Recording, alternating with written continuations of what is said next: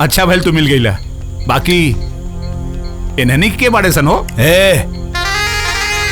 रुक जा लोग, प्रणाम करता नहीं चच्चा। हाँ खुश रहा खुश रहा। चच्चा ये कुल हमार आदमी होवन। हाँ तोहार आदमी, बाकी यहाँ कहाँ है? काहे से कि तहरा के ऊपर पहुंचावे के बा। का मतलब? का बोलत बड़ा तोहरा के कुछ पता बा? का करी चच्चा, मजबूरी बा। ए प्रताप, होश में बाड़े न तैं? तोहार सा प्रॉपर्टी हमरा के कौनो कीमत पे चाहिए चच्चा। ए, अगर हमरा लाइकन का पता चली ना तो तोहरा के जान से मार दी है तोहरा के। अरे चुप बुढ़ऊ, लाइका लाइका वो हमारा लाइका दोनों रजवा तो तार जीते जी हो ना सकल। अरे मुअला के बाद का करी हमार, हर मुनुआ के ऐसे मौत मारा क्यों मौत के देख के लोग के रूह कांप जाए। हम तोरा का जान से मार संभाल के लोगन, हमरा चच्चा के तकलीफ ना होके के चाहिए। प्रताप, चच्चा प्रताप तोहरा के मालूम नहीं कि तू का करत बाड़ा? का करी बतावा, मजबूरी बा। लेकिन तारा के हम बहुत आसान मौत देव। तनिको तकलीफ ना होए देव चच्चा, तनिको तकलीफ ना होई। अगर बाबूजी काम पहले कर देले रहतन तो हमरा के ई कुल ना करे के पड़त।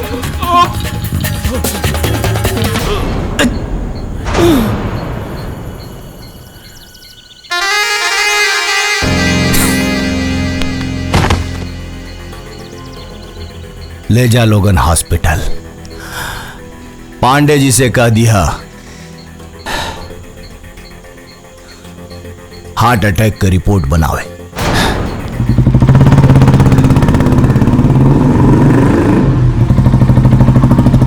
अरे राजा के बाबू, आए हमरा के छोड़ के चले गया।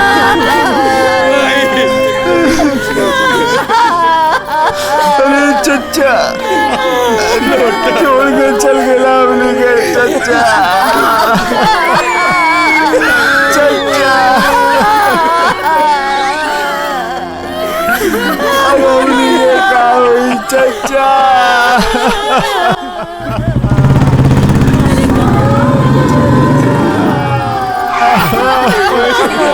चच्ची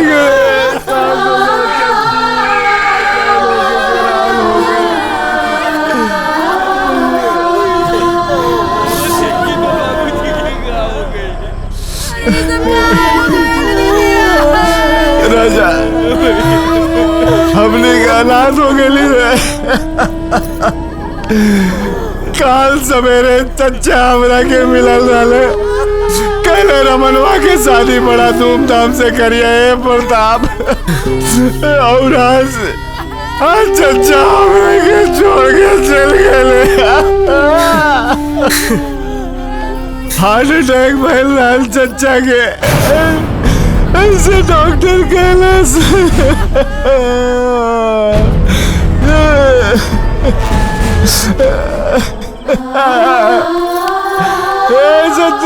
चच्चा हमने के केकरा सहारे जियब जाओ। चच्चा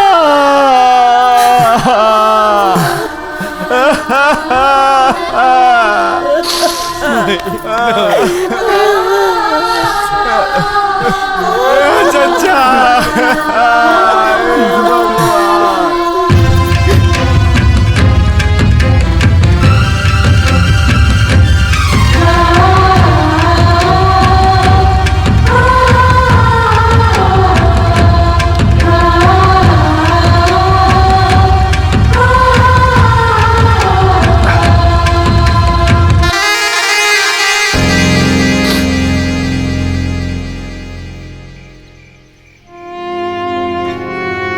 राजा चच्चा के मुख अग्नि दबाई।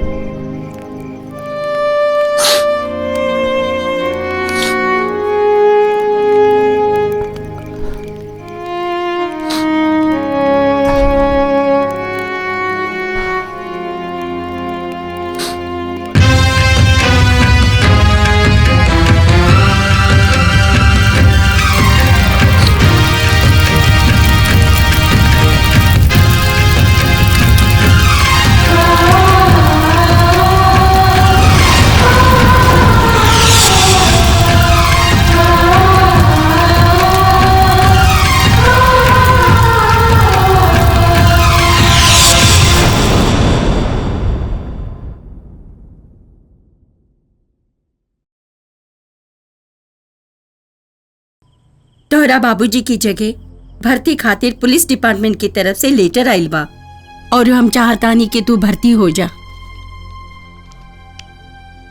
हम जैसन बानी ठीक बानी, कौनो शौक नहीं के पुलिस के नौकरी करे के। जेके शौक बा उसे कहा। देख माई, एक बेर खरिया के पूछ ला, अगर ही ना करी है तो हम तैयार बनी। ए बेटा, कबो तो तू हमार बात मान ले, का लेना नौकरिया। हाँ राजा भैया, बात मान लाना। राजा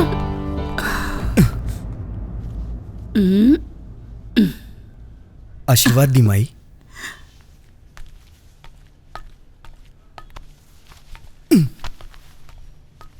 मुन्ना, तोहार भैया हवे, आशीर्वाद ले ला। अच्छा काम करे जाता नहीं माई, तोहार आशीर्वाद चाहिए, इनकर बद्दुआ ना।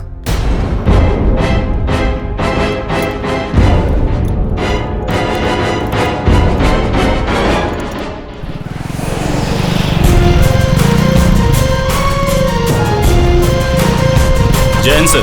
जय हिंद सर।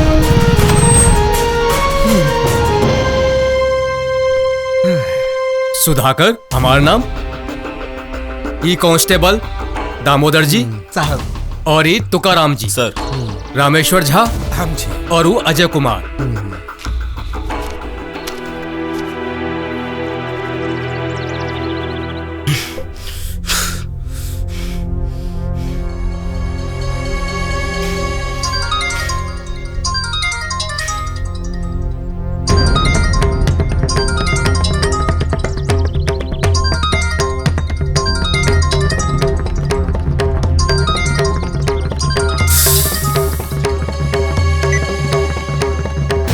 बोली बाबू साहेब, का आदेश बा? हाथ पैर तोड़ के जिंदा रखे के बा कि बोटी बोटी काट के कुत्तन में बांटे के बा?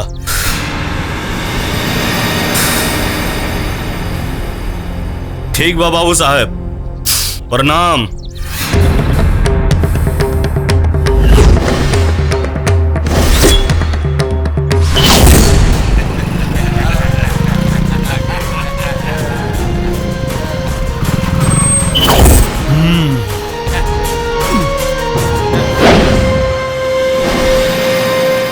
रघु भैया, देख लायक रखे, यह बाऊ।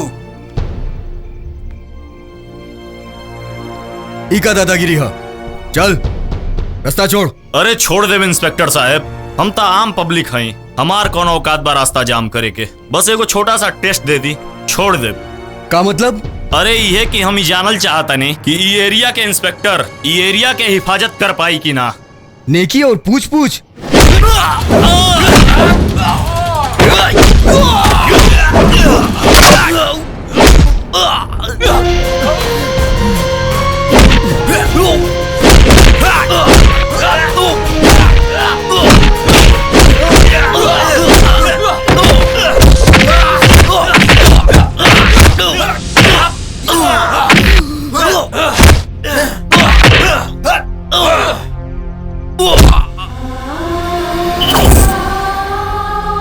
रास्ता रुक गई, मर गई सरवा। चला सन।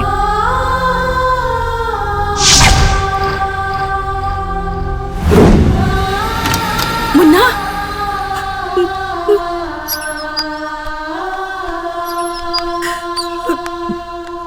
देख, जाके देख अपना भाई के हालत, कितना बेरहमी से मार ले बा ओकरा के।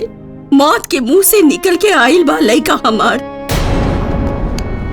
ना जाए, केहू जिए या मरे, उसे हमके का?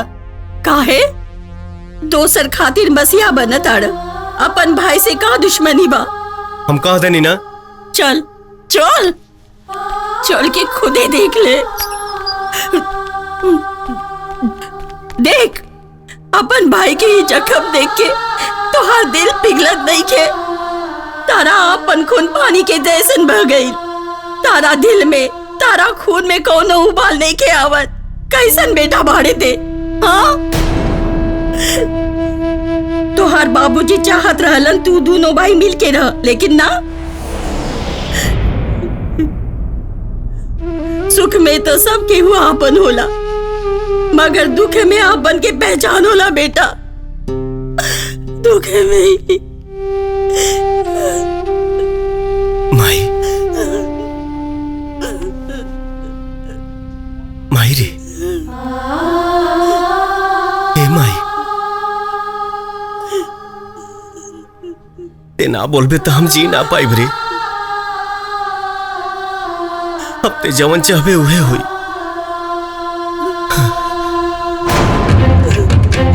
कसम बा तोरा दूध के, आकाश में हो या पाताल में, कहीं से भी ढूंढ लाई, मुन्ना के ही हाल के जवन भी जिम्मेवार बा,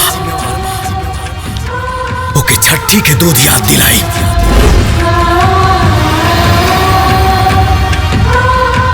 रोआ रोआ बस माफी मांगे, ऐसा देवेला साजा, जभी जभी जभी तनकेला भोजपुरिया राजा।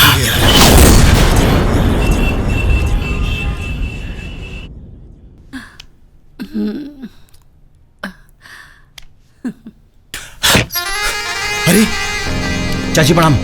मुन्ना कैसन बड़ा भाई? अब तबीयत ठीक बा ना? अब अहिए हमरा के रमनवा बताउलस कि मुन्ना के केहू मार देलस। चाची नाम बताओ आदमी के। प्रताप सिंह के भाई के ऊपर हाथ उठौलस, सारे के गर्दन काट के चौराहा पे लटका दे। बस नाम बताओ चाची। प्रताप, तहरा कुछ कैला की जरूरत नहीं खे। भगवान के आशीर्वाद हमरा मुन्ना पर बनल रहे।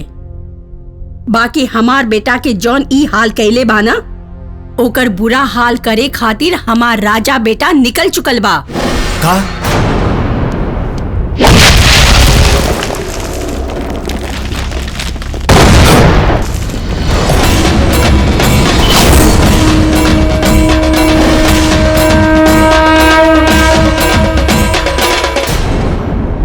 ये सारे आ गई ले भाई का बदला लेवे।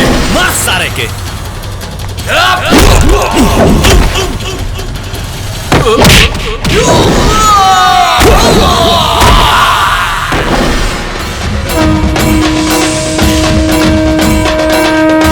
सनकल दिमाग, हई शैतान के बाप। आज के बाद जब भी हमारा नाम याद आई,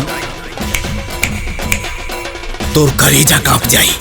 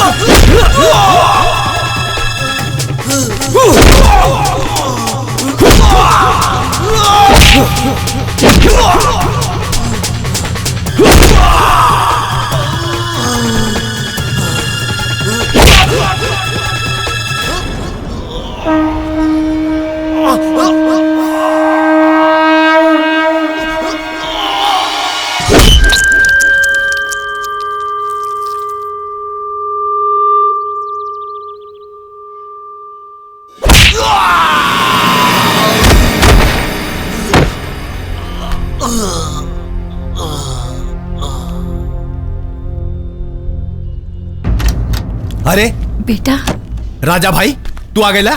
के रहल सरवा? नाम बताओ भाई सरवा के। कोनो जरूरत नहीं खे, हम ओके सबक दे चुकल बानी। अब वो आंख उठा के हमारा परिवार के तरफ ताकल त दूर, सोचे के भी हिम्मत ना करी। शाबाश। अरे सरवा कैसे ताकी? ताके वाला के आंखें ना निकाली हल जाए। एक्सक्यूज मी, आप अपने पेशेंट को घर ले जा सकते हैं। धन्यवाद डॉक्टर साहब। इट्स ओके। भैया, अरे भैया हमरा के माफ कर दी। पागल, इमे माफी के का बात बा? हाँ?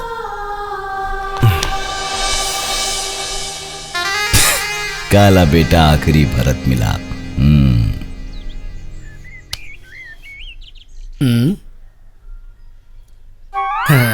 आए हाय।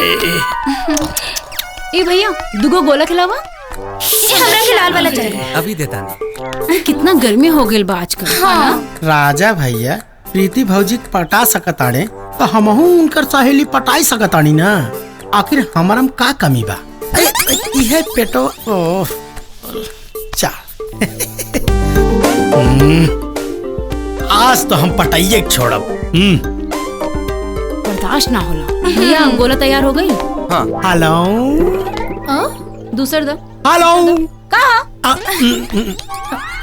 का बात बना कि हमारा पे बहुत लड़की मारले, लेकिन आज तक ये दिल केहू ना भइल। अच्छा ऐसन का खास बात बा तोहरा में? खास बात बन, हम अपना बाप के इकलौता लड़का है और हमार बाप इतना बड़ा आदमी, इतना बड़ा आदमी, इतना बड़ा आदमी कि पूछा मत। अमिताभ बच्चनों से बड़ बाड़े। अच्छा उनकर हाइट 6 फुट 7 इंच बा। सचो? और क्या? अच्छा बेवकूफ थोड़ी है हम। अच्छा। अरे बड़ लड़का है। खैर उकुल बात छोड़ा, ई बतावा उल्फी खाइबो कि हाउ फुल की? अब जनाब के खियावे के शौक बा तो खाऊं के शौक होई। तू खियाइबो? आज तू खियाए दो, कल हम खिया दे। खियाई? हाँ खिया दे। साचो में? अरे हाँ खिया दे ना भाई। खियाई? हाँ। अभी बाप रे बाप। चलो उतर गई भूत।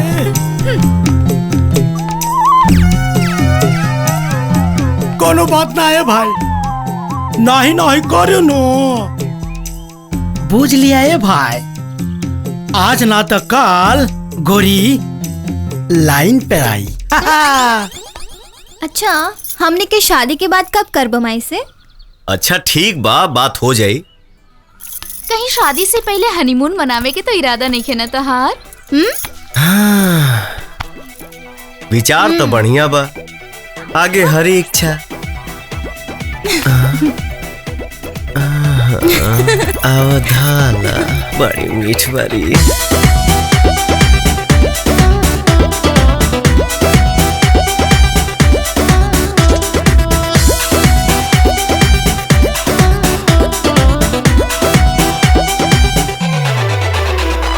झलकता